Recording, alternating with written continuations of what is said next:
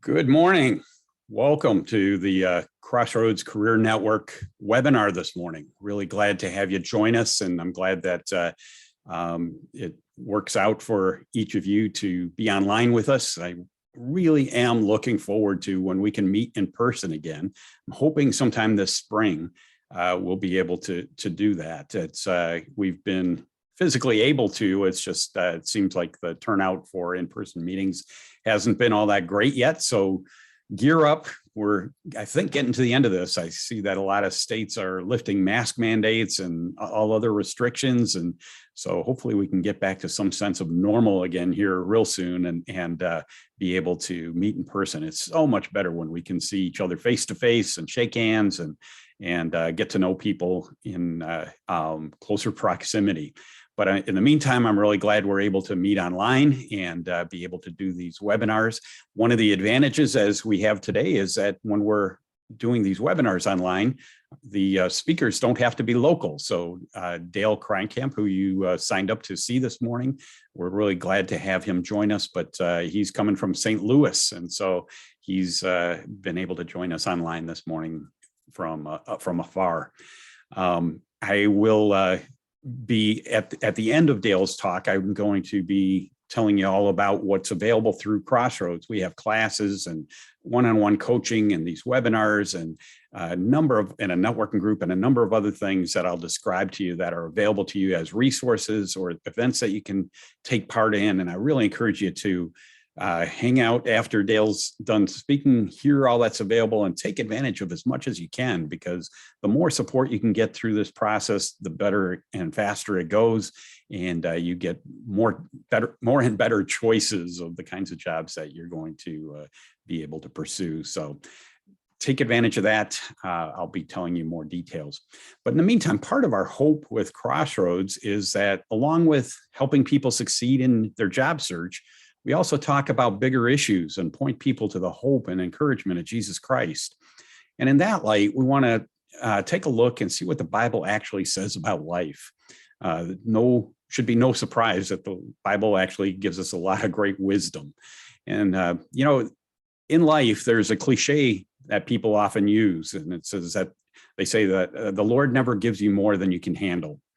And people say that to mean well, but and trying to encourage someone that's facing challenges in their life and that they have the strength to overcome. The thing is, the idea is not really supported by Scripture.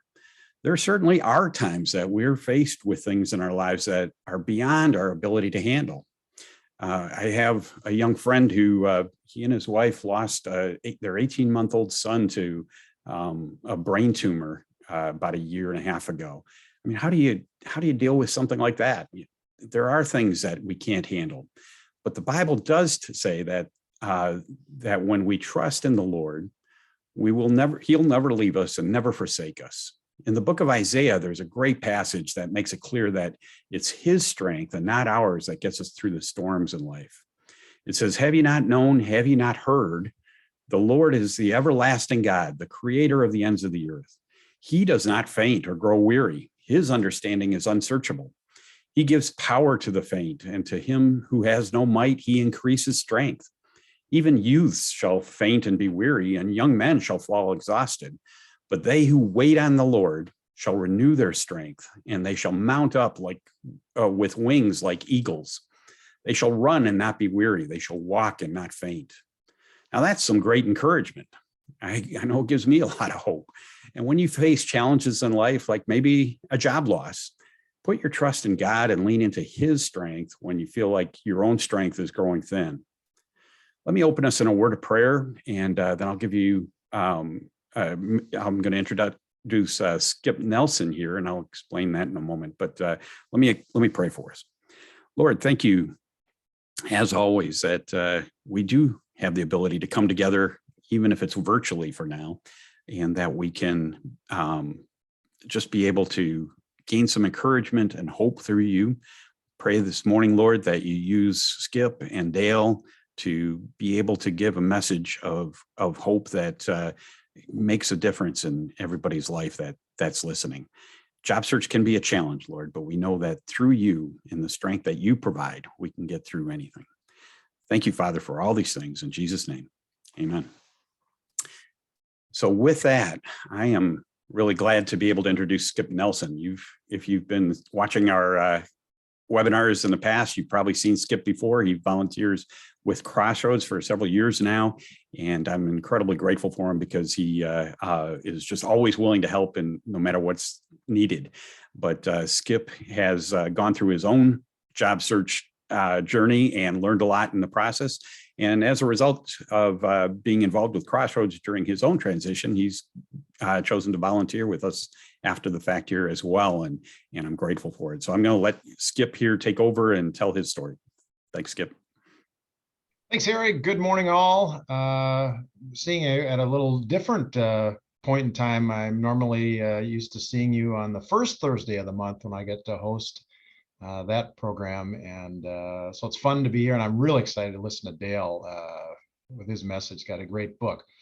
But Harry asked me to share a little bit about my own journey. So I'm going to share my screen with you. And we'll talk a little bit about my journey. Life unfolds in ways, kind of as Harry referenced, that we can't really imagine, right? I'm sure those of you that are in job transition, pretty much exactly like you had planned it, right? Just exactly. No, a lot of times when we're in job transition, it wasn't part of our plan at all, was it? It just happened, and then we got to try to figure it out. And so this was no different in a number of points in my life. But I started my life pretty darn sweet. Nice ride. If I can get my, there we go. Nice ride, nice little chariot there I'm in. That's me, and that's my father giving me my very first life insurance policy. He was with a company called Lutheran Brotherhood, and that company actually became Thrivent, which is the company that I work with. But as it unfolded, I was around that company my whole life, and in a nice little cushy bassinet. That wasn't the path that I wanted in financial services and insurance or whatever. I wanted to start my own company. So I did. Out of college, the business partner, I started a company right out of my parents' basement, actually. And it uncorked a incredible journey.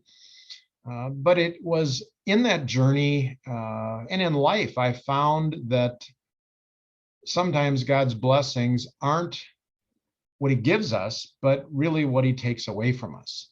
Because ultimately, as Harry's Bible quote noted, he knows best, even though if we don't always understand what his plan is.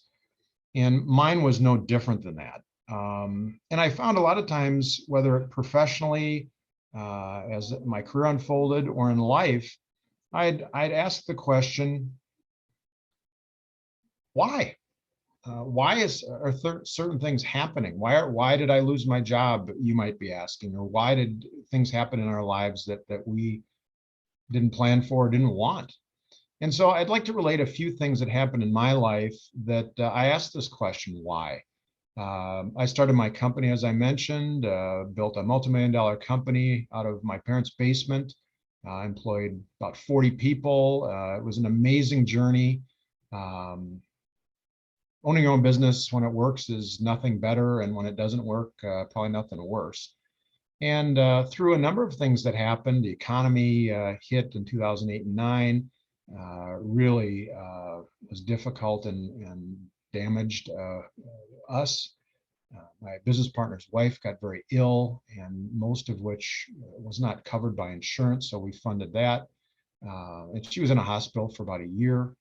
A lot of things happened, and it got to the point where we just couldn't do it anymore. We couldn't run our business, and we had to be done with it. And it didn't end the way we wanted, and it was really, really hard. 27 years of building and effort, and it was over. And certainly I asked why. In that period, a lot of times I was a single guy, and I wanted to be married and have a family.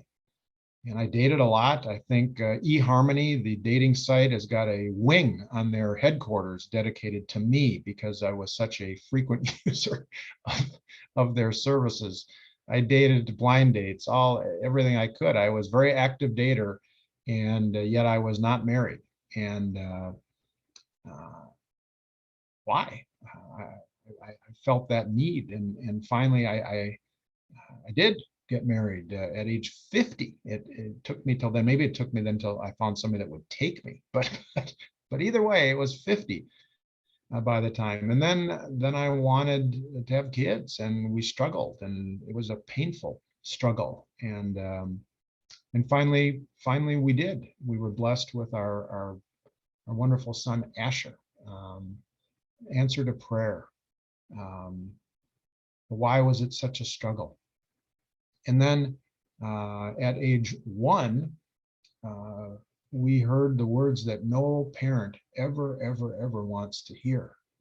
Your son has cancer. Why? Still get emotional.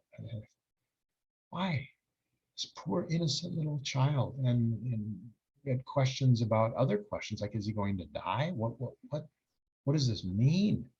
And it was a really difficult journey of treatments and seeing him suffer.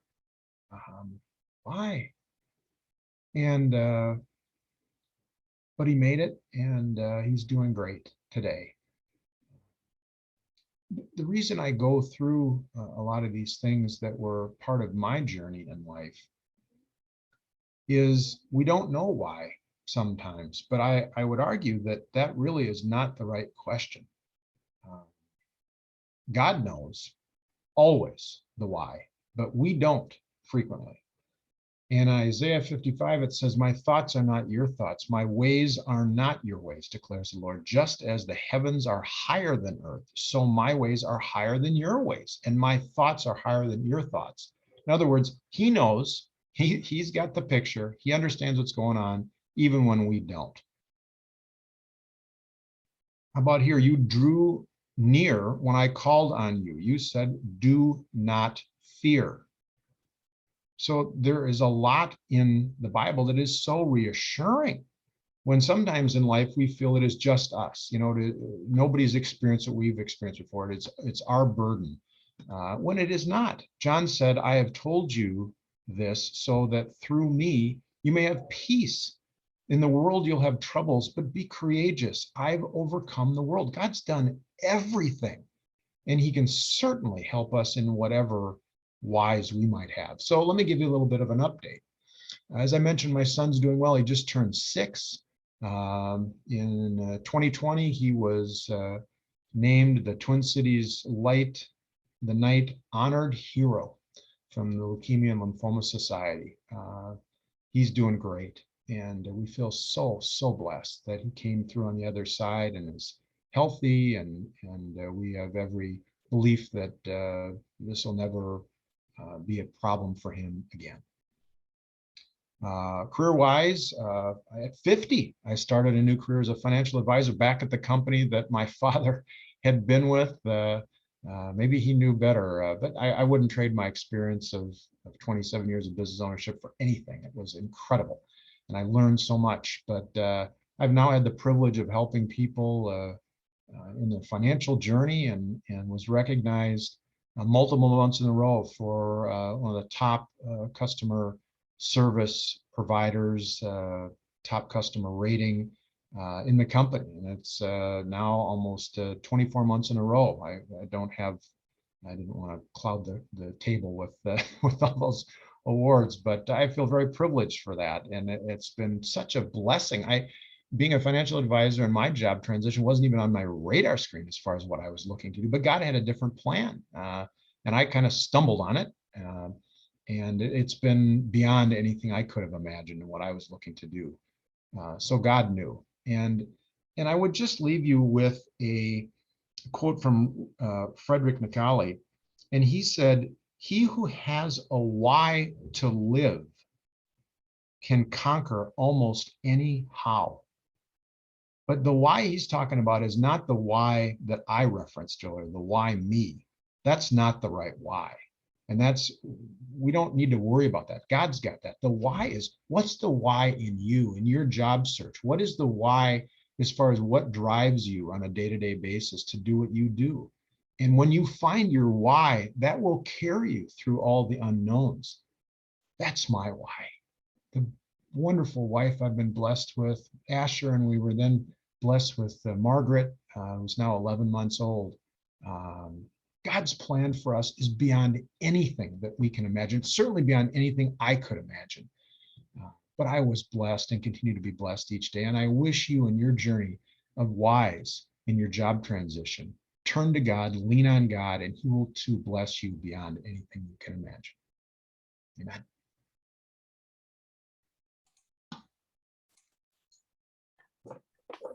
Wow, Skip, I've known your story and heard it multiple times, but gets me every time. And you've been through challenges that a lot of people haven't. Others obviously have had big challenges as well.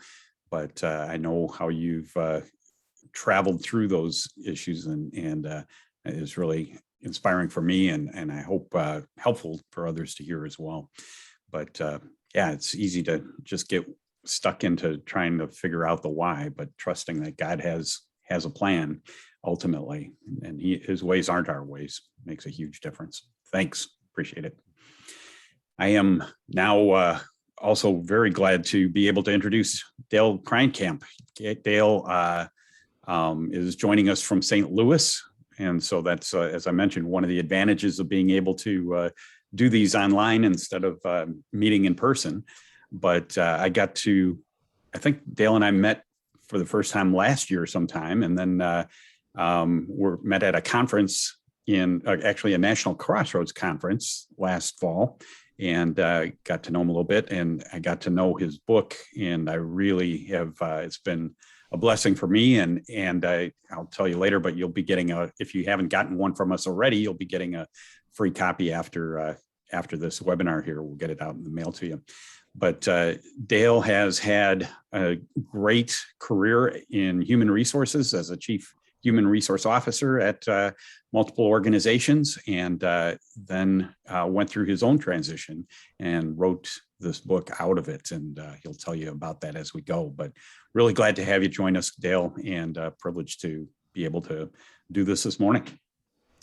Thank you, Harry, and thank you, Skip. I appreciate your story. It was really nice to hear your story. That's an important part for others to hear, because there's so many stories just like it. I'm actually celebrating an anniversary this past week. Not one of those anniversaries you like to remember, but I think it's one of those things that we do, is we remember dates, where we were, what happened. And on February the 5th of 2003, I was sitting in the office of my office with our chief operating officer. I was the head of human resources for the third largest medical center in the St. Louis metropolitan area. Our new chief operating officer had convinced the leadership that we needed to trim the ranks of staff, that we had too many employees. And as a leadership team, as hard as it was, we had agreed we would begin with leaders. And we'd made a decision, and there was a list of 25 leaders that were going to lose a job the next Monday. And so I had three responsibilities, and I was updating the COO about those. So my first responsibility was, how do I prepare 25 leaders to have a conversation with someone on their team, maybe somebody they hired, somebody who they knew their family, and say to them, you know, you did nothing wrong, but I'm sorry you don't have a job. Then it's, how did I provide support for 25 leaders who will come walking in the door the following Monday and end up getting called to a meeting and find out that they don't have a job? And then how do we help an organization that at that time had over 4,000 employees? It had a medical and dental staff of over 1,000. And in addition to that, it had volunteer staff was probably close to 700 or 800. How do we help them understand what's going on? So the update went really well. As I talked to him, he had a few questions. I had answers for all of him with everything that he wanted. And then at the end of that, he got up, and I thought he was going to leave. But he didn't leave. He stood behind his chair and he paused. And he looked at me and he said 6 words that changed my life. He said, "Dale, your name is on the list." 6 words. Now, at that point in time, I'd been with the organization for 25 years. I had 3 sons. 2 were in college, 1 was in private high school. 6 words ended all of that. I was now unemployed for the first time in my life. And about 9 days later, on Valentine's Day 2003, I walked out the door after 25 years. I was unemployed. I started that journey that some of you are on today.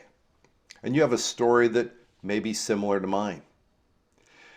That journey was not what I expected it to be. It never is for any of us. And as we go through that journey, mine led me to consulting. And I had a consulting practice for 5 years. It took me a while to get there, but God kept saying, "I'm going to keep these other doors closed until you go through the door that I want you to go through." And then he just kept opening doors for me. And then one of my clients wanted to hire me. And it was one of those jobs that I couldn't say no to for a variety of reasons. And for 10 years, I flourished in that job. And then I had another conversation with my boss, who again said, "Thank you for the memories, but we've decided to eliminate your job." One of the things I've learned I'm really good at is developing teams, and they decide that they don't need the leader of it. But I then became unemployed the second time. And when I reflected back on what I went through the first journey and the second journey, the part of the journey that was always the biggest struggle for me, and as I talk to other people that have been through the journey, the other item that's really difficult was the emotional side. Now, my background was human resources, so it's not like I didn't know a little bit about the employment process. I understood resumes, I understood technology, I understood interviewing, but what tripped me up always was on the emotional side.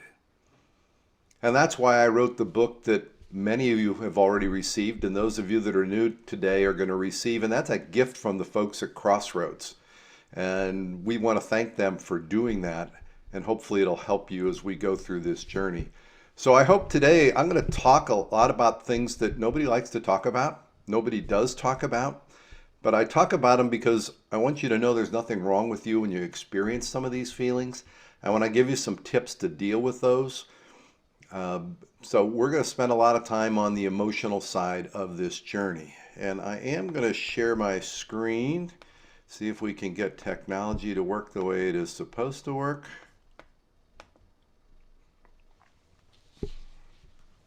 And let's get off and running. A river. You're in a transition right now. And transitions are a little bit like this river picture that you're looking at. So imagine that you're on one bank of the river and you have to leave. You're going to cross a river you've never crossed before. And you're going to go to the other side. You've never been on the other side before. Now, I suspect no matter how strong you are, you're going to look at that river and you're going to wonder a little bit about the unknown. You wonder what lies ahead. Are there snakes in the river? Is it deep? Is the current strong? You're probably also wondering, what's it going to be like on the other side? That's a transition. For you see, the difference of a transition to change is transitions are change, but it's change that impacts us psychologically and it impacts us emotionally. And that's the challenge. So you're right now, some of you have left the bank on the right. You can't go back. You might want to go back. In fact, history is full of people that want to go back.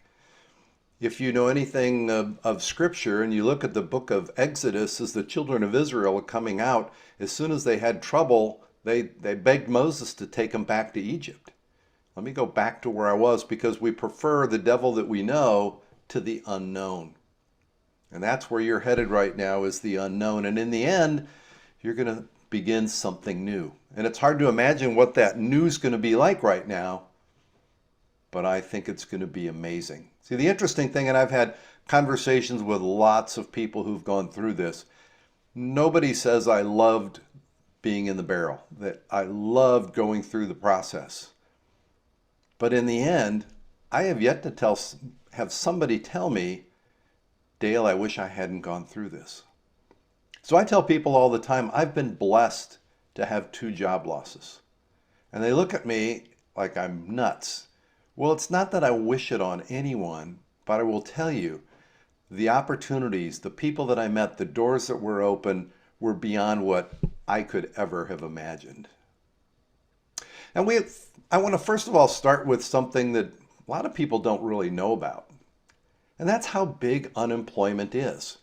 So often when we're unemployed, we kind of think, well, we're the only ones. There aren't a lot of people that are unemployed, especially today when you read about this being a great economy. So I want to give you a little bit of perspective on unemployment in our country. And I want to give you some other data to try and help you with this process. So first of all, I would say, if you want to think about a comparative number, there's about 2.6 million people in this country that die every year. That's about the size of the city of Chicago. There's about 1.7 million people that are diagnosed with cancer in a year. That's about the size of the city of Phoenix, Arizona. We have about 900,000, maybe a little bit more divorces.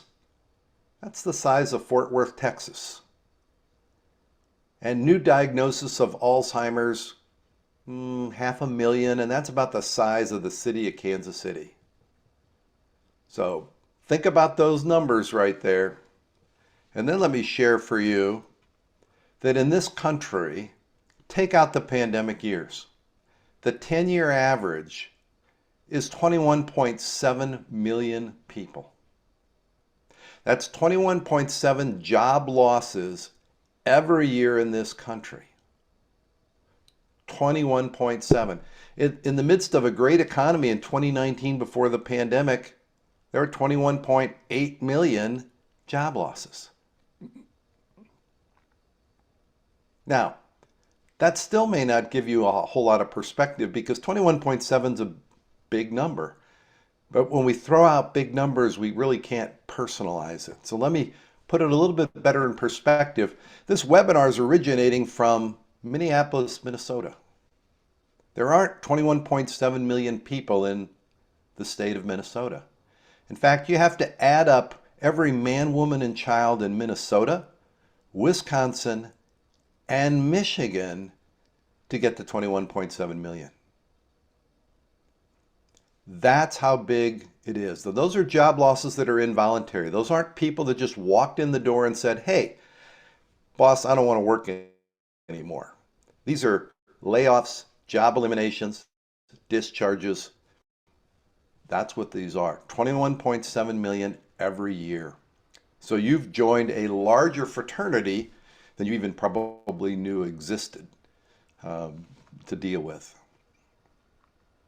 In the midst of this journey that you go through, there are 3 lies out there that Satan is going to keep putting in your head. And I don't want you to believe them. But at some time or another, you're going to fall prey to believing that they're true.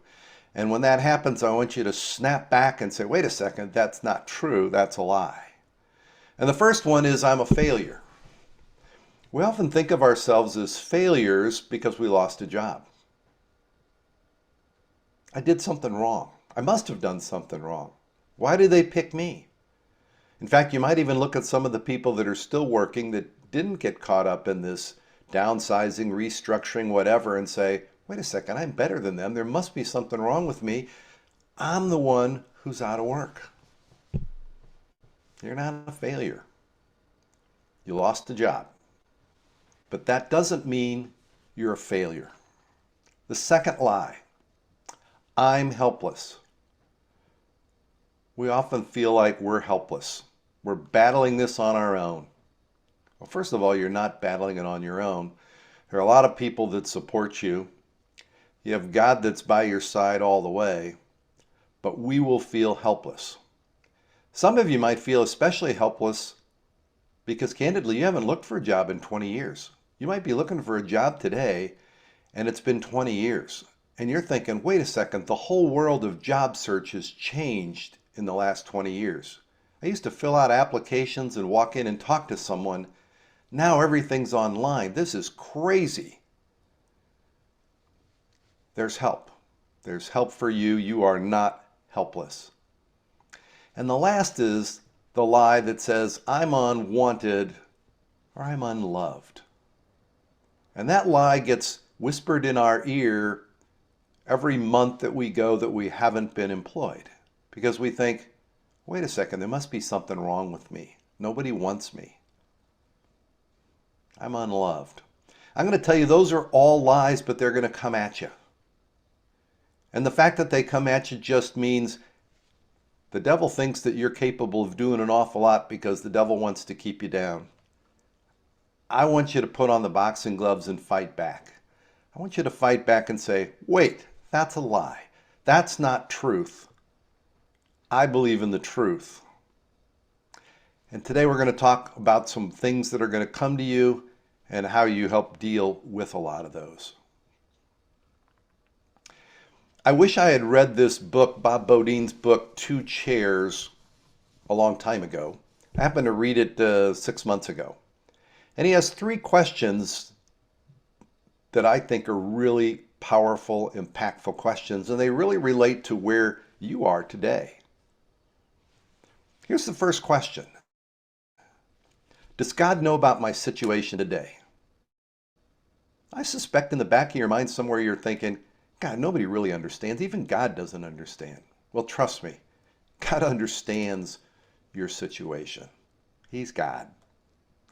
The second question is it too hard for him to handle? Whenever I get into a tough spot and I think about that, that question is one that just strikes me. Because no, nothing is too hard for him to handle. He may not have chosen yet the right time and place for you to have a new job, but finding a job for you is not a big deal for God. He'll be able to do that. Remember, as we go through this process of unemployment, this is a when, not an if question. And the third question is, does God have a plan for me? And he absolutely has a plan for you. He absolutely has a plan for you.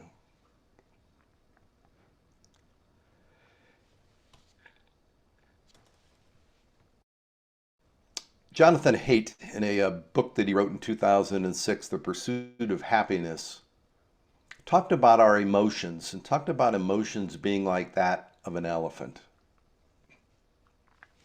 So I'm going to show you an elephant. So if he's right, and I think he is, those are our emotions. Now, why is that important? What we don't realize is how powerful emotions really are. Do you know that over 80% of the decisions you make in a day are based on emotions? And yet we like to think that we are logical, rational beings. Well, here's the interesting thing about logic. Logic makes you think, but it's emotions that make you act. It's also those emotions that will freeze you. They'll have you stuck where you are. This is a picture of my nephew Steve, who happens to be a zookeeper at the zoo, along with my 3 oldest grandsons. Last summer, we visited him at the zoo. Now, Steve is kind of like logic. So logic can get emotions to do some things. So I watched Steve get those elephants to do tricks. In fact, you're looking at one right now. If you look closely at that picture, that elephant's standing up on 1 foot. I think he probably got a banana or something like that for doing that. But what I also watched is Steve struggling to get the animals to do anything that he wanted. Because when your emotions don't want to do something, they're going to lock up. If they want to go left and you want them to go right, you're not going to be able to get it to happen. So we have to be able to do a better job of controlling our emotions and recognizing our emotions and accepting what those are, that those are emotional reactions in order to get through the whole process.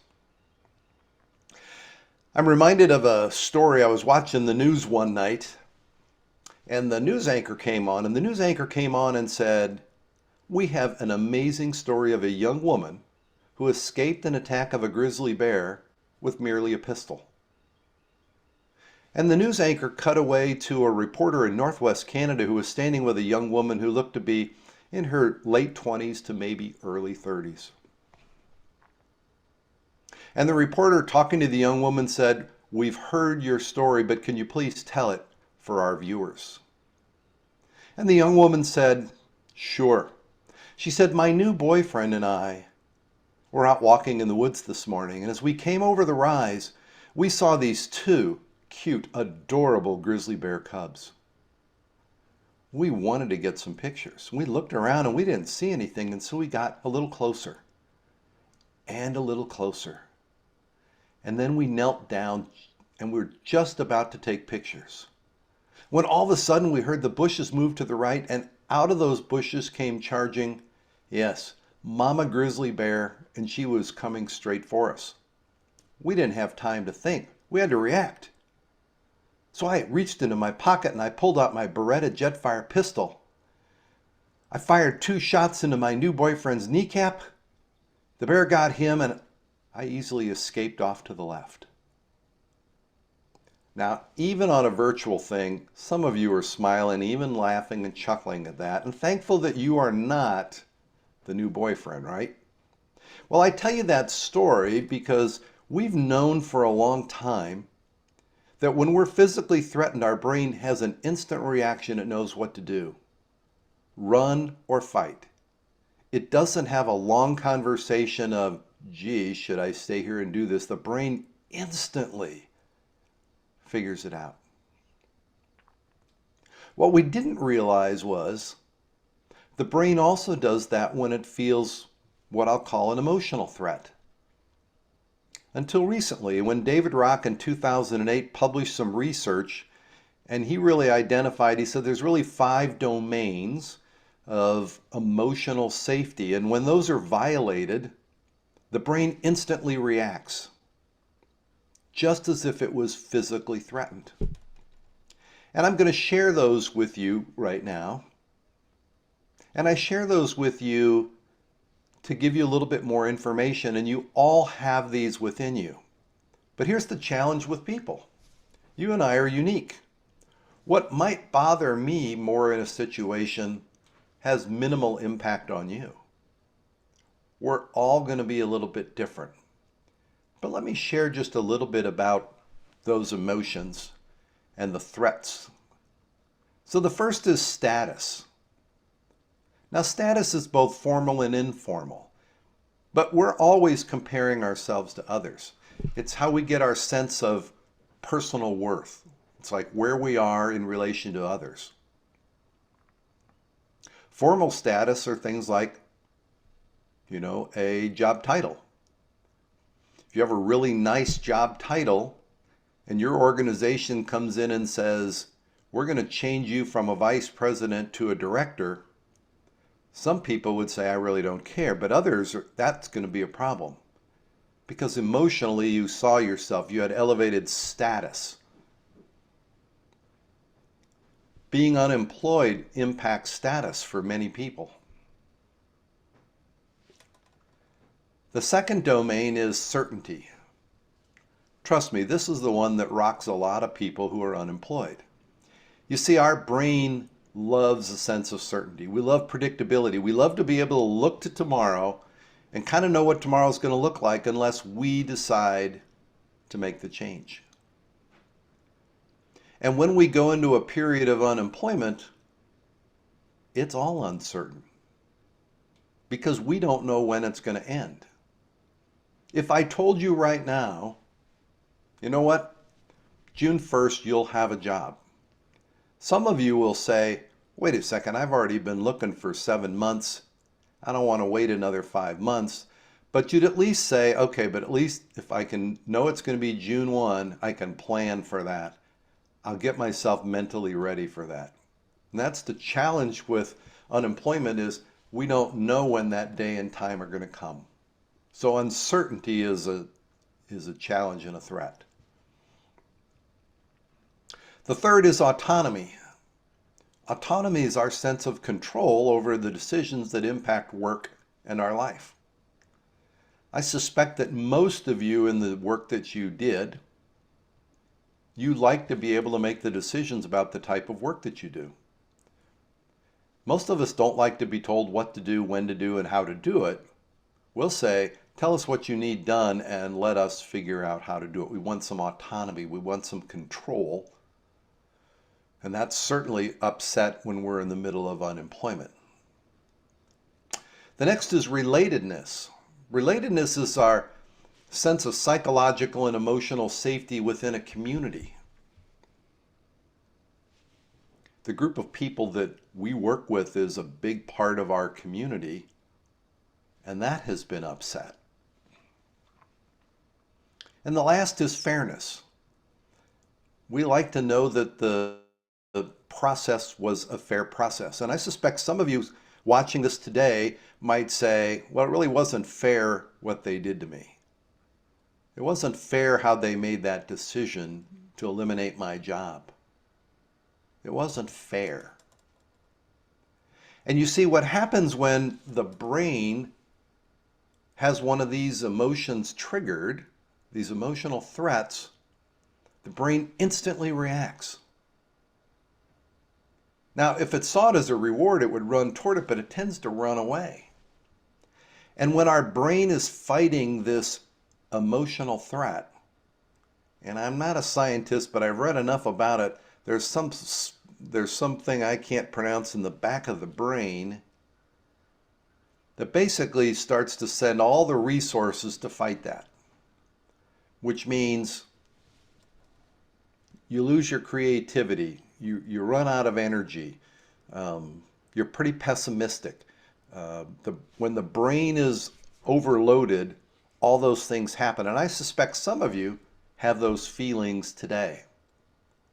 So there's no quiz on this at the end, but I share these with you, and simply it's the SCARF model. So if you just remember SCARF, status, certainty, autonomy, relatedness, and fairness, as you go through some things that we're going to talk about, you'll be able to see where these live, and you might even think about the things that have impacted you the most, and we'll talk about where those have impacted you.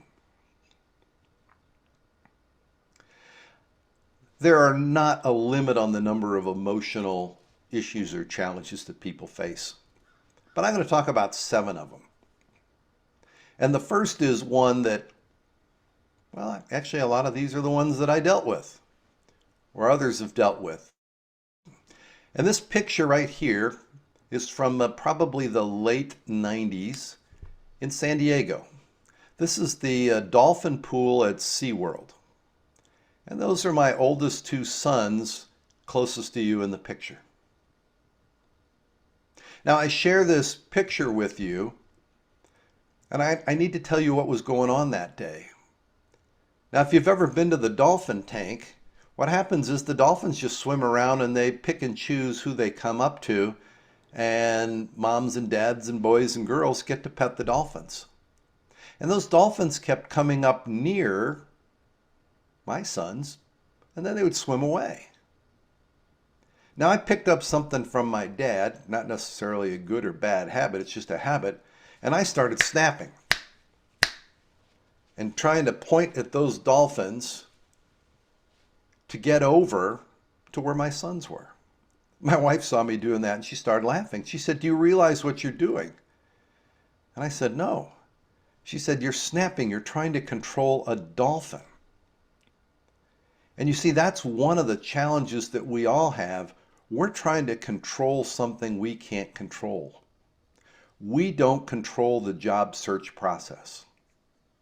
None of you has the ability or control to create a job. You cannot make someone decide to interview you. You can't make someone hire you. You don't control it. And that's really, really hard for us. Especially if you're like me, you're a type A personality, it's even a little bit harder. Because we like being in control. We like being the decision makers. In fact, I would tell you, My job was all about decision making, and it was about looking to the future. And all of a sudden, when I was unemployed, I couldn't control anything. In fact, sometimes it was hard to make sure that I had a car because my kids needed cars, so I couldn't even control that.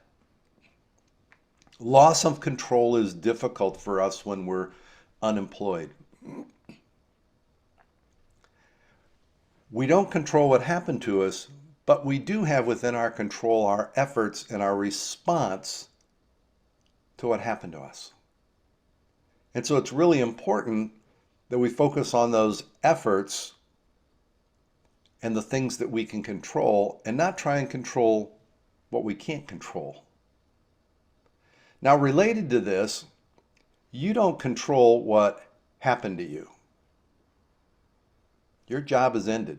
Now, some of you might wish they'd rethink that. They made a mistake. I have no doubt they probably did. But nonetheless, you are where you are. You're in a position where you're unemployed.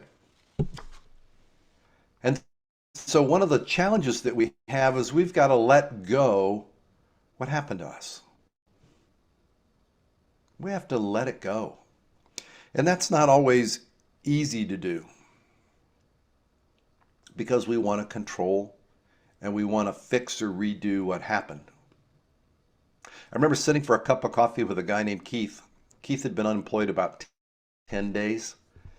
And when we met for a cup of coffee and I asked him to share his story, he shared his story and then he said, "Dale, I can't do this." I said, "Keith, what do you mean? You're 10 days into this." He said, "Dale, in my job, whenever I emailed somebody or called somebody, they instantly responded. I got an email back within a day. I got a phone call back the same day, maybe the next day. I call people, I email people, I leave messages. Nobody responds. I can't do that." And so we've got to learn to let go that we don't control what other people are going to do. We have to go through the steps and do the right thing. Now, some of you might have been hurt by what happened to you, and you need to let that go. You need to separate. Remember I said as the transition is an ending. So we're on that bank of the river on one side, and we've got to cross the river to the other side. We have to accept that the ending really happened. Mark it in some way. Find a way to celebrate what was. Mark the ending. I remember the first time that I lost my job, I realized I had 33 pieces of clothing that had the logo of my employer, the hospital, on them. And I knew that I couldn't wear those 33 pieces of clothing around because every time I would wear them, it would take me back to where I was in the past, not where I was present. And so I took a morning and I laid out all 33 pieces of clothing and I thought about special events that I had attended in one of those pieces of clothing, maybe when I got it, what was special about it. Then I bagged it up and I gave them away. It was one of the ways that I mentally said, I'm letting go of the past. The first time that I lost my job, I wasn't very good at telling the world. You know, I was like everybody else. When you go through it, there's a little bit of shame and embarrassment when you lost a job. It's kind of like when I was in high school. I don't know about you, maybe you were lucky, but I got cut from the baseball team. I got cut twice. Big high school, a lot of kids, made it to the last cut, but I still got cut. I felt rejected. I didn't want to go tell everybody about that. But when I lost my job the second time, we threw a party. We threw a party to celebrate God's blessings. And it was another way to just say goodbye to what was. So you're going to need to find a way to let it go. You got to end what it was. Because if you can't let it go, you can't move forward, and that's a problem. I don't know if you've ever seen improvisational comedy, but in improv comedy, you have two actors on stage, and the first actor is going to say something that is something outlandish. You know, like three pink unicorns walked into a bar. Now, if the second person takes that and responds and just accepts that three pink unicorns walked into a bar and comes up with another response like, and the bartender asks the unicorns for some ID, then the scene continues and back and forth they go. But if the second person says, wait a second, there's no such thing as pink unicorns, or pink unicorns can't drink, the scene dies. It can't go on. And I'm here to tell you, until you can let go what's happened to you, you can't move forward. So I want you to let it go. Anger. We don't like to talk about anger, but anger is there. We don't want to often admit that we have anger because we think anger is like the slide picture that I'm showing you right now. You might have anger at the person who let you go. You might have anger at the CEO, the board of directors. My anger was more about the circumstances. I understood them, but I didn't understand them. I was in a place I didn't want to be, and I was angry that I was in that place. But you have to deal with your anger. You can't act like it doesn't exist because it exists. Now you'll meet people all the time and they'll say, oh, I'm fine. Yeah, I accept it. It was a-okay. But deep down they're struggling. And here's the problem with anger. If you don't deal with anger, it has like what I'll call an iceberg effect. You just push it underground, and then at some point in time, it's going to hit you hard. I've met a lot of people networking, and I can tell on the faces of the people that haven't let the anger go. I've had to tell people, I can't refer you on to somebody else because you still haven't dealt with the anger you're dealing with right now. A friend of mine gave me one really good tip. He said, if you're mad at a person, pray for them. Pray for them every day for a period of time, because it's hard to stay mad and angry at somebody when you're praying for them. Let me give you 3 other ways that you can deal with anger. And it may be that you choose to do one of them because it works better for you. You might do them all. But one would be when the house is empty, your apartment, close the door, and just let it all out. Give it to God. Scream. Holler. You can call him any name you want. He's got big shoulders. He can handle it. And don't use words as if somebody's listening at the door. Really let them know what you're thinking. And you might need to do that more than once. A second option is get a journal and write for at least 2 weeks, probably longer. Write the emotions that you're feeling every day. You can journal in the morning what they were the day before. You can journal at the end of the day. But write those feelings, and write those feelings down how they really feel. Don't write it as if someone else is going to read it. Because in this day of trying to make sure we're perfect in how we say everything, that we couldn't offend anybody, the real emotion won't come out. So write it out. The third is talk it out. Find someone that you can have a conversation with, that you can trust, and just let them know. Now maybe that's your pastor. Maybe that's a professional Christian counselor. Maybe that's a good friend who's not going to be a fixer, but is just going to listen and help you let go of the anger.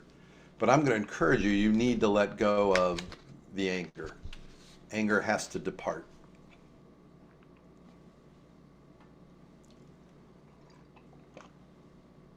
Do you have any fears? Sure you do. Unemployment brings them. Fear, worry, and anxiety. We've all got them. I've got this acronym up on the screen that says false evidence appearing real.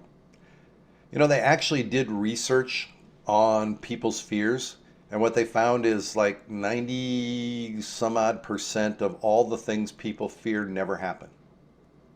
Never happen. And that small percentage of things that they feared that did happen were never as bad as they dreamed they would be. We fear the worst. We fear the worst, and that's not good. It's not helpful for us. I saw a sign once that said, worry is a conversation with ourselves about things that we can't change. Prayer is a conversation with God about things that He can change. And so I would encourage you to be regularly in prayer and just try and let go of those worries. Because I understand them. We ask all what I call the will questions, and we worry about them. Will I ever find another job? Will it pay as much as the job did before? Will we lose our house? Will we have to move? We don't know any of those answers. And if you spend your time thinking about those, it's not going to help you. In fact, you can go to Matthew chapter 6 when Jesus said, who of you by worrying can add an hour to the day? It's wasted time. And yet it sucks us in. I've been there. I've been sucked in, and I worried about things I couldn't do. Here's one tip for you. Shorten the horizon. Focus on what you can do today or tomorrow. Focus on things you can do within a week. Stop thinking about the following week or a month or 2 months, because that's way out in the future and you can't control it. So don't even try. Now, one of the other fears that we have that really kind of sneaks up on us, we don't realize it, that we really worry about when we're unemployed, is we have a need to be relevant. When I was in my job, I was relevant. People needed me. I knew my place. I knew my space. And to really understand what relevant means, just look at the antonyms. Look at the words that are the opposite of the word relevant.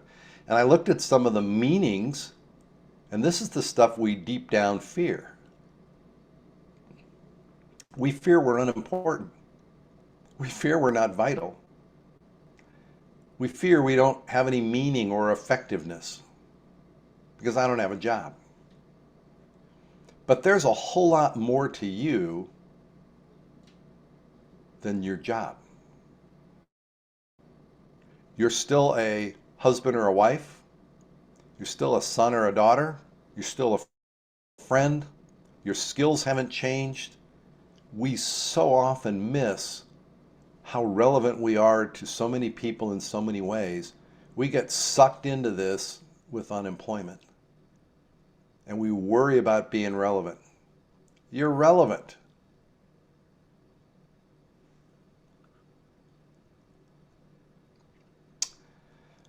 The fourth one is one that was a big struggle for me, identity.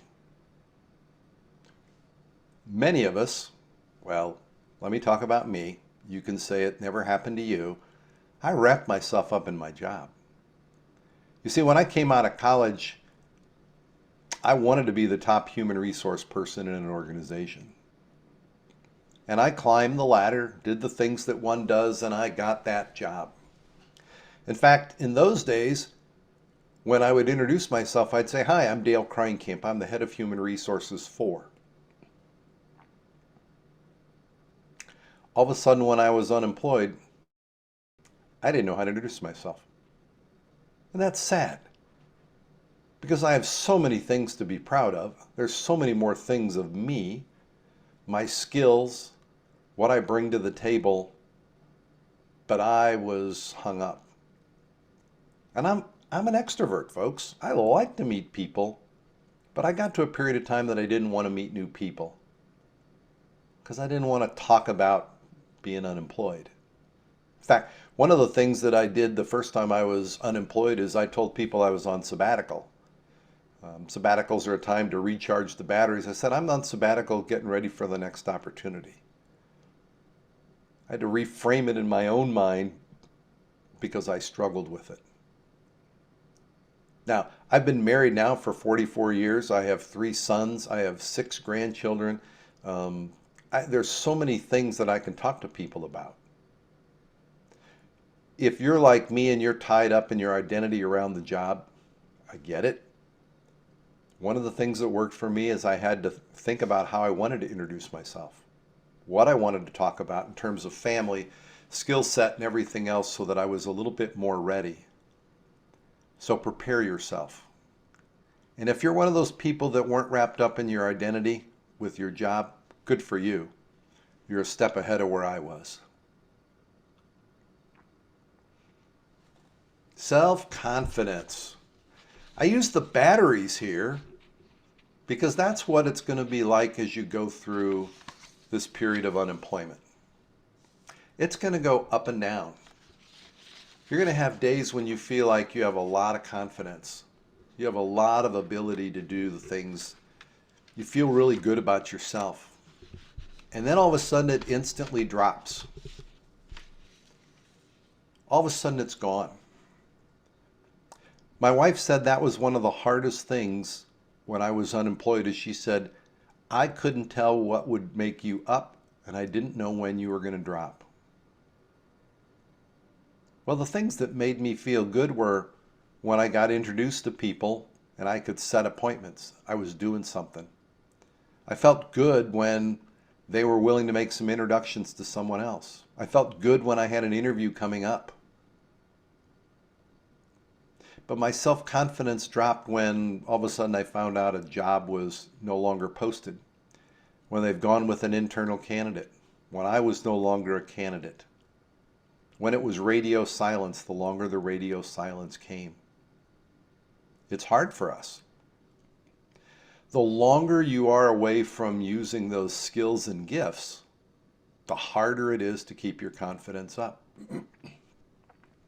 Now, there are some people that go through unemployment who are really good at faking it. And they'll tell everybody, this is okay, I'm doing just fine and all that.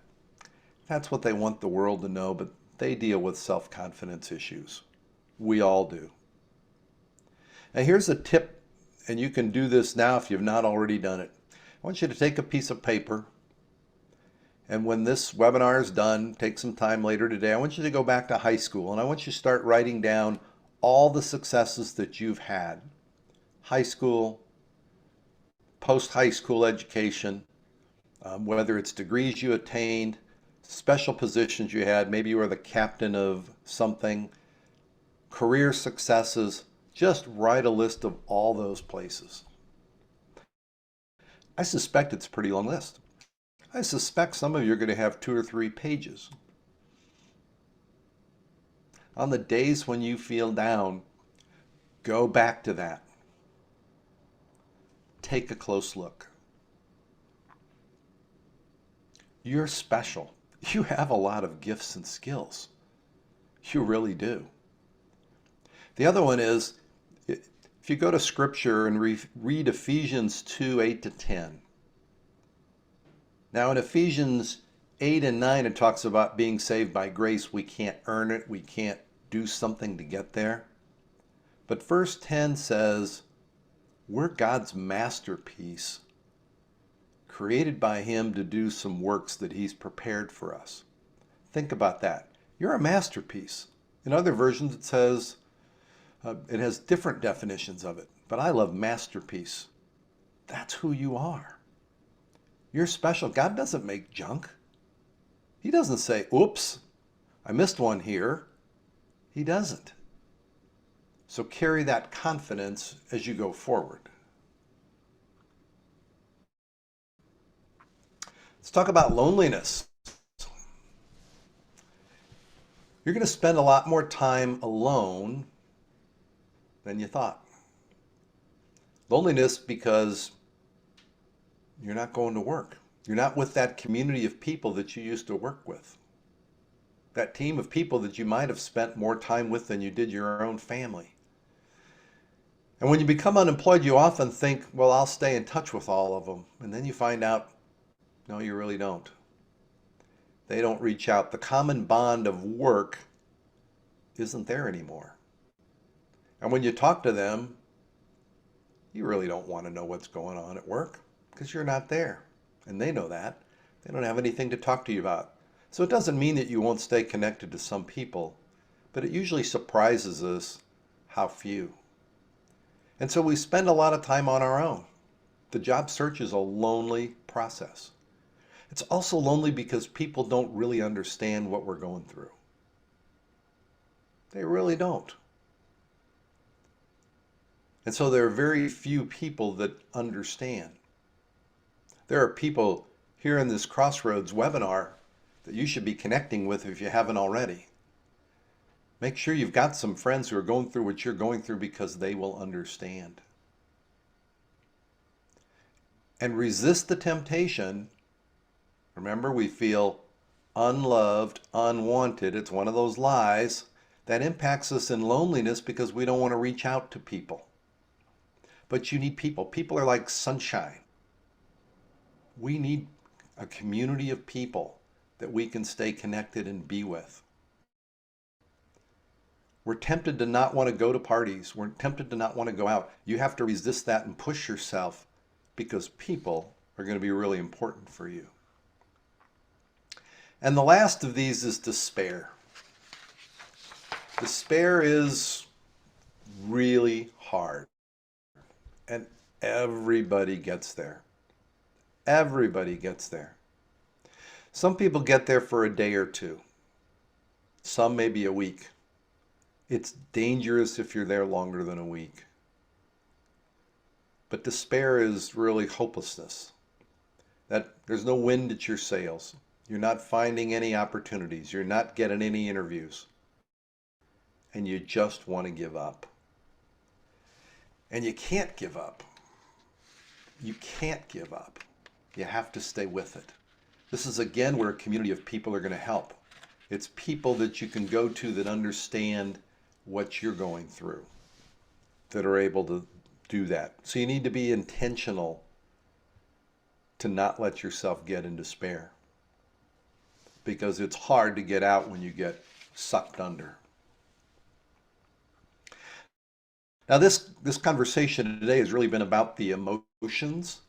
I want to talk about 5 places people get stuck, and I want to talk about it as it relates to the emotions that tie to these.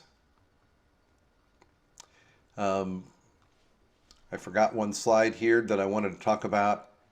If you want to help yourself when you're in despair, fill your mind with good things. Podcasts, books, fill it with good things. Scripture. If you need a list, go to my website and I've got some opportunities for you. I've got some lists that'll help you with that. So the 5 places I find that people get stuck are these. First of all, they don't tell the world. They are too silent about what's going on. I get it. I did it myself. First time I was unemployed, I was terrible at it. And what I remember is that 6, 7, 8 months, people would stop me and say, Dale, I just heard you were unemployed. You know, our company had a great opportunity. Or I heard about a wonderful opportunity at my friend's company. But it was always past tense. You see, one of the challenges is people can't help you if they don't know. But what gets in the way is pride, that feeling of shame and embarrassment. Goes back to me getting cut from the high school baseball team. Who wants to put out to the whole world, hey, I was rejected? But here's the deal. This is 2022. Stop and think about that 21.7 million job losses. Most of the people you're going to communicate have been through that before, or they know someone that's been through that. So I'm going to encourage you to tell the world. And when I say tell the world, I mean put out a blast, whether it's email, social media, call them, I don't care, but everybody you can think of, friends, family, people you worship with, doesn't matter. Let them know that you're looking for a job and how they can help you. Be bold, tell the world. And if you want an example, in the back of the book that you already have or you're going to have, in the appendix, I shared the example of one that I did, because the second time I went through it, I did a much better job of telling the world, which was really helpful. Second place people get stuck is figuring out what's next. Too often, we get frozen thinking that we can only do what we've done before. Therefore, we want to do the job that we did before in a company that's similar to the one that we left, but somewhere else. Most often, we'd like to stay in the same industry because we know that industry. We'd like to do the same thing because we have those skills. And so we get stuck because sometimes those types of opportunities aren't there. And we don't wrestle with, how do my skills translate into something bigger, bigger business, smaller business? Is it time to go out on my own, be self-employed?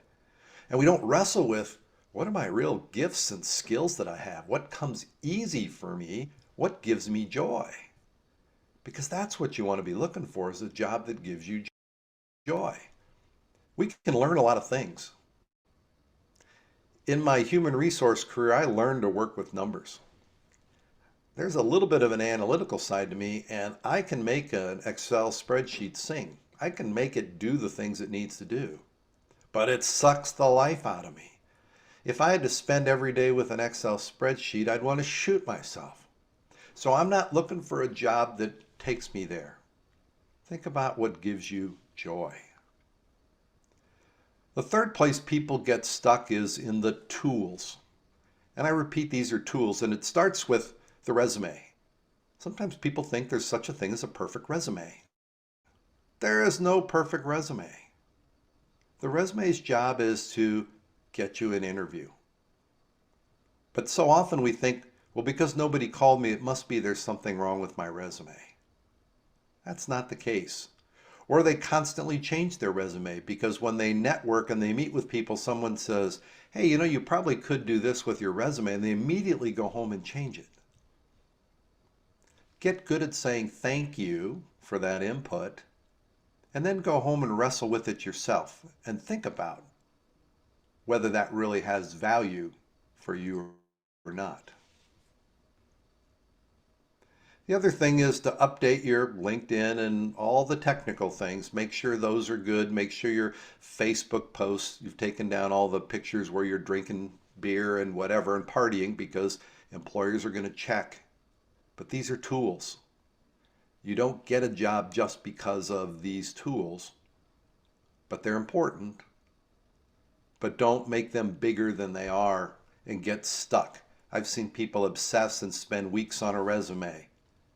Move forward. One of the most important things that you need to do is network. Now, if you're like me and you're an extrovert, going out having cups of coffee with people is easy. My wife's an introvert.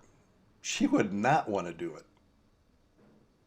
It would be difficult for her. So I understand for some of you, it's going to be easier, some of it's harder. But I'm going to tell you, in this day and age, if you're waiting for the job boards on Indeed to find you your job, you're going to need to move forward networking, because they're not all going to be there. The statistics just aren't going to help you. So you need to get out and meet people. But we often get paralyzed at the thought of networking, and we miss what it is. It's building relationships. It's getting to know people. And so I'm going to give you a tip here and say, I want you to make a list of people that you know. And I want you to break them down in these categories. Category A. These are people that are really close, good friends of yours. Why? Because that's where you're going to start. if you don't come across well or make a mistake and you fumble your approach, you're going to kind of test it with those A group people. You are. That's the best place to do it. But then I want you to focus on your B group, which is people that you know that are well connected. All of us know somebody that's a real connector. They just seem to know everybody. That's the person you want to have a cup of coffee with. The C group are people that you already know that in their career they have a client base. Those would be accountants, tax people, attorneys. How about wealth managers? People like Skip. They have a client base of people. They can help introduce you to people that they know. And that's the big key, is you have to keep getting out and meeting more and more people. And then the D group is just all the others. Now, the first week that you try and do this, if you did 3 or 4, you'd probably be exhausted. And you're just going to have to build yourself up. Don't listen to the lies. Don't listen to what Satan tells you. And the last is, I want you to be faithful to the process. You could start networking. You can start a job search. It doesn't mean in 4 weeks everything's perfect. It takes time to build some momentum. I am so blessed. I have a wife that's been really supportive as I've gone through the process. The best encouragement she said to me, I'm so proud at how faithful you are to the process, that you keep getting up and you go meet with people and you do the best on the things that you can do. And that's what I need you to do. You don't control the results. Remember, we have to let go that control what you can. You can control making appointments. You can control that part of the process. You can control applying, but you can't control when it's going to work. This is not an easy journey, but again, I'm going to go back and tell you, in the end, I'm betting you're going to be happier than you've ever been before when it ends. And not just because it ends, because new doors and new opportunities are going to open for you. You're really in a situation that is similar to the story I heard about. Back in 1829, the British had colonized India. Now you're seeing a picture of the clubhouse of the Royal Calcutta Golf Club, which opened its doors in 1829. For you see, the British, many of whom had been away from their homes for years, wanted to do something that they loved to do, which was golf. So they built a golf course. And they loved having a chance to get out and play. But one thing that they hadn't counted on was there are animals in India that are completely different than what they see over in the British Isles. Elephants, water buffaloes, panthers, tigers, monkeys were all over the golf course. But the worst were the monkeys, because the monkeys would go find the golf ball and grab it and throw it somewhere. Now, if you're a golfer, you know what that's like. You expect your ball to be one place and it's 30 yards behind you, or it's in the trees or the bushes. Rarely is it where you want it to be. And the British got really frustrated at this, and so what they did is, because they're engineering types, they built fences. Now the fences did a wonderful job of getting most of the animals to stay off the fairways. The fences didn't stop the monkeys. The monkeys climbed the fences, went out, found those balls, and gave them a toss. Frustrated golfers. So finally, at a meeting of the membership, when they were talking about it, they said, we need to do something about this. And one of the members put up his hand and he said, I just think we need a local rule. And the local rule is this: you just have to play the ball where the monkey throws it. Now, it didn't change what happened with the monkey, but their attitude changed. They started to relish the opportunity because they knew it was coming. They knew the monkey was going to grab their ball sometime and put it where they shouldn't be. And so instead of being frustrated by it, they just accepted it and they moved on. They did what they could do. How do I best get a good score out of this bad position? And you know what? They started to enjoy golf again. Now, why I share that story with you is this. I need you to embrace the opportunity that you have right now. You got to play the ball where the monkey throws it. Trust me, the monkey threw it where you didn't expect it. But you can make the best of this. You can make the best of this and move forward. I'm just going to talk really briefly about the book. So the book that you received, and if you've received it, I hope you begin to read it. And if not, when you receive it, or pick it up and do read it, again, it's devotional. It's there to help you. The topics are short, they're 2 pages. And in the back of that book on page 183, there's a topical index because some of you might be dealing with a particular issue. You might be wrestling with why. You might be dealing with anger. There's a topical index that'll allow you to dig into those specific topics and move forward. Now, the second thing you'll find on my website is an individual study guide. And I would encourage you to download it and work with the book and maybe pair up with your spouse or a friend and go through it together.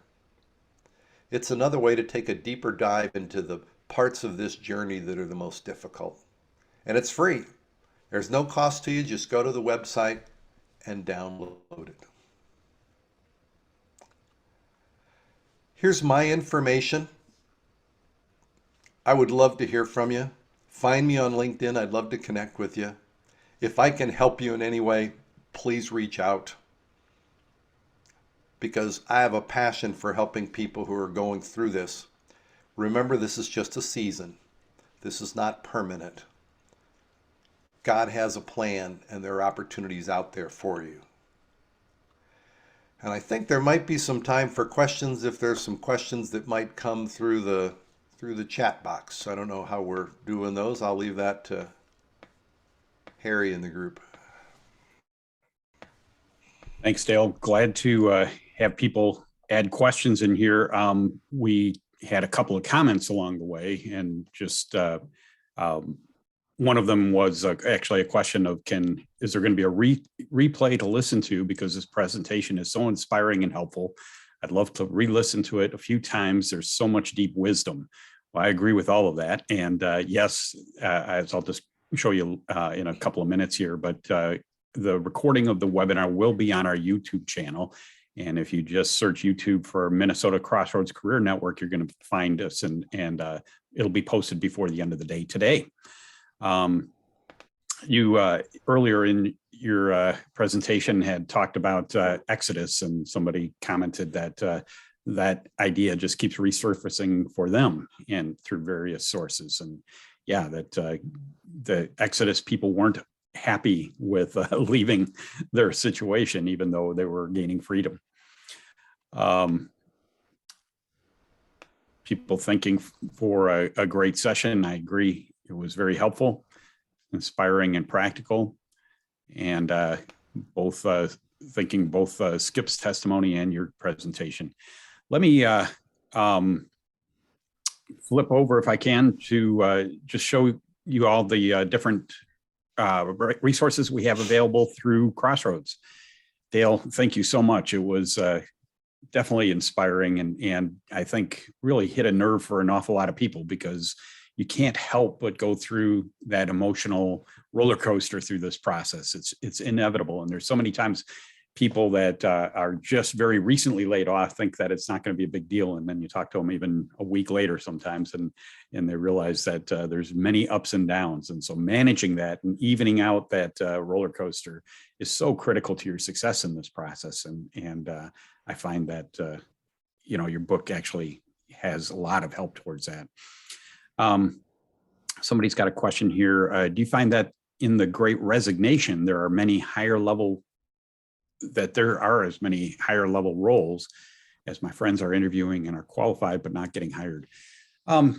Yeah, actually, there is a great resignation going on, and people are changing jobs at a faster rate than ever before. And I'll let you respond to this as well. But I think just whether there's opportunities or not, there's the higher level of the role, the fewer jobs there are always. If you're a staff accountant with 4 years of experience, companies hire armies of those people, right? And there's always positions open.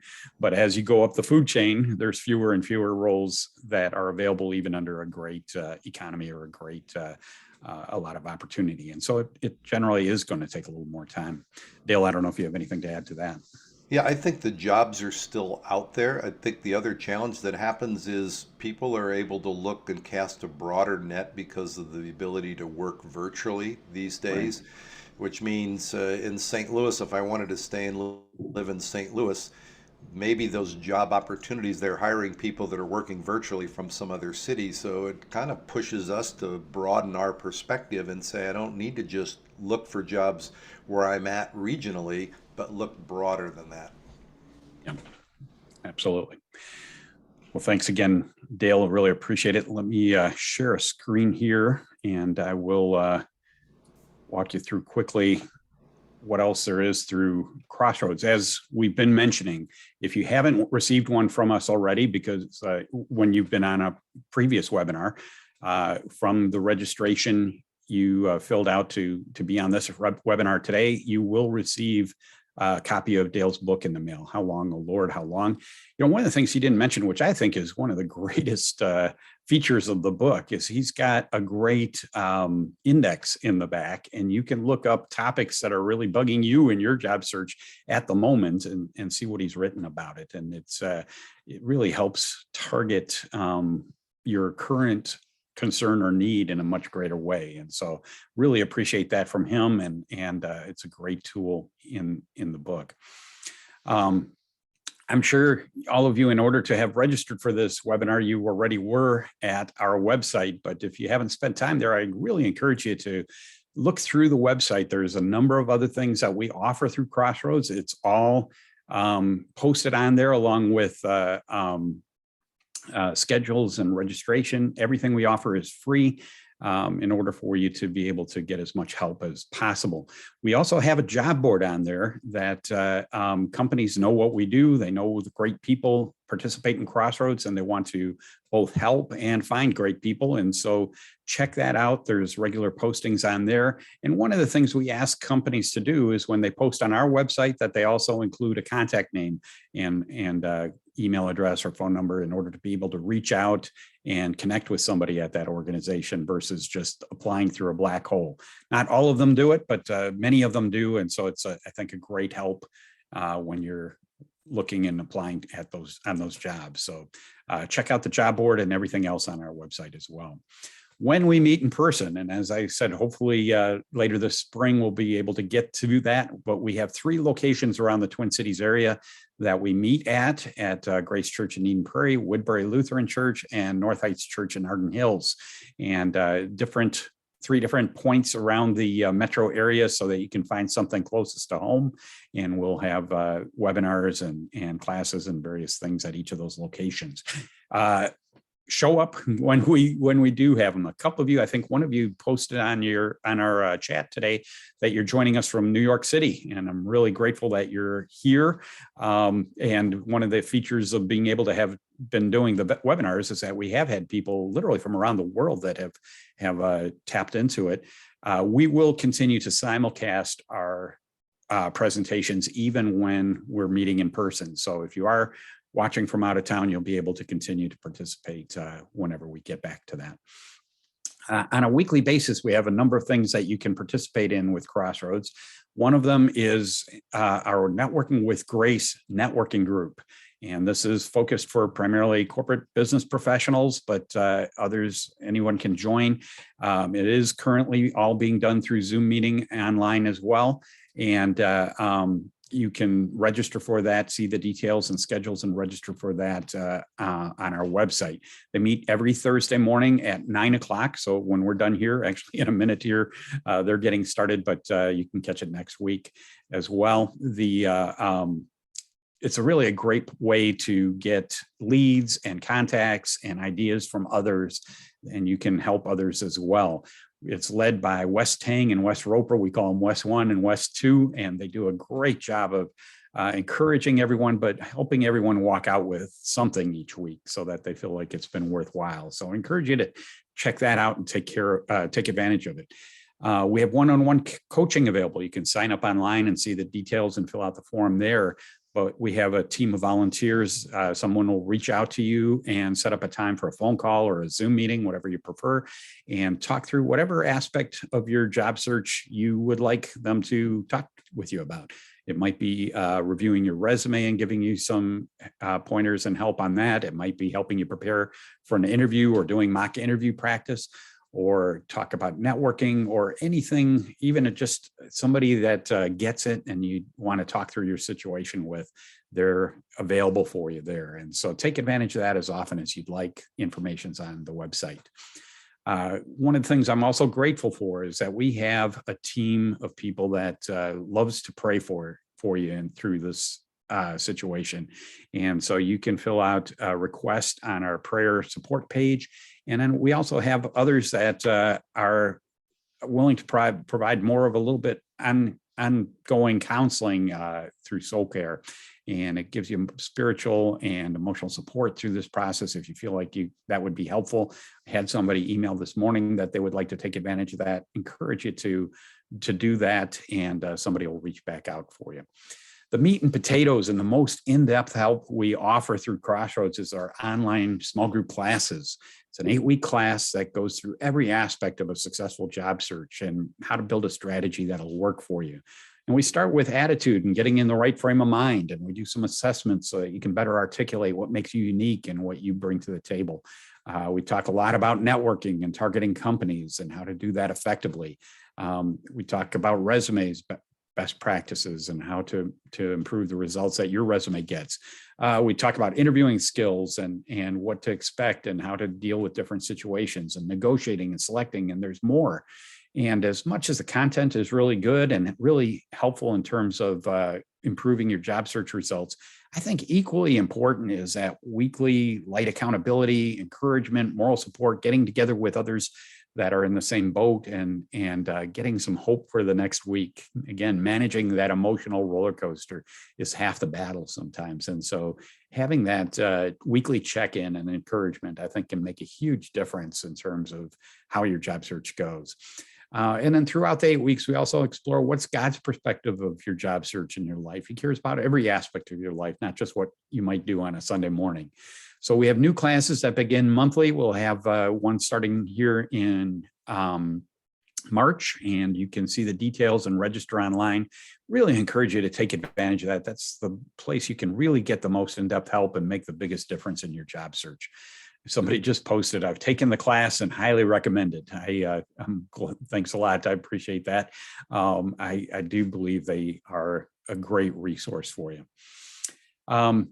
If you haven't seen it yet, join our LinkedIn group. If you put MN Crossroads Career Network in the LinkedIn search box, you'll find us. And it's a great place to get additional resources. There's all kinds of new information posted all the time.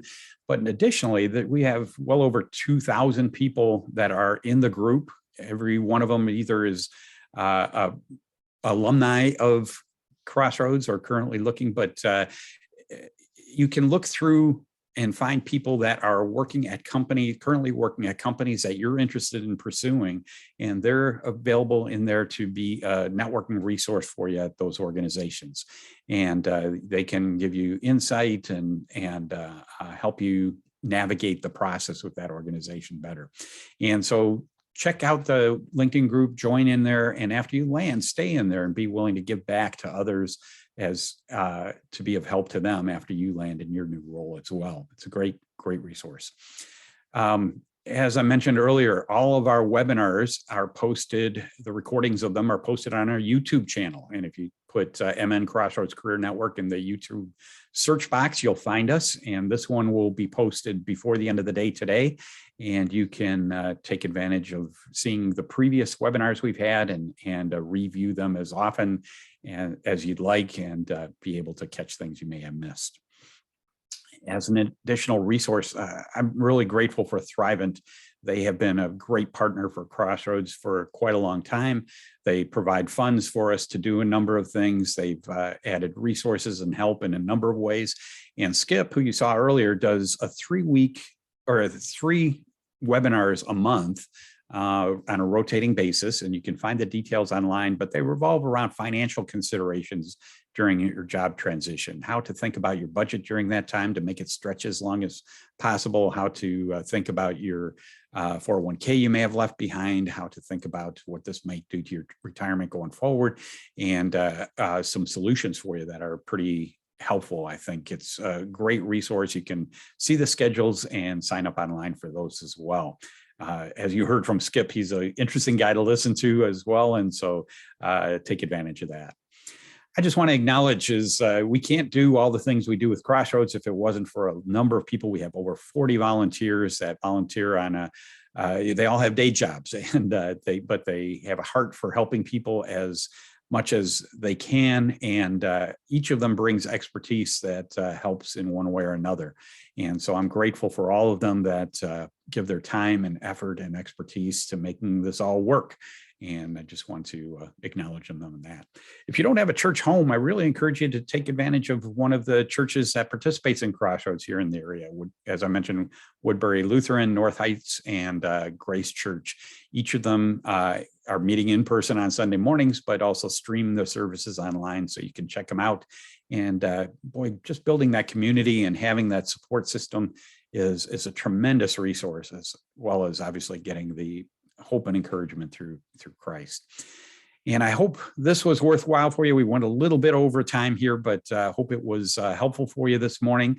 And I know that just listening to Dale gave me some new insights into how to think about some of this process as well. And I hope you join us again for our next webinars. They're all posted online, and see you again soon. Have a good day. And let me end.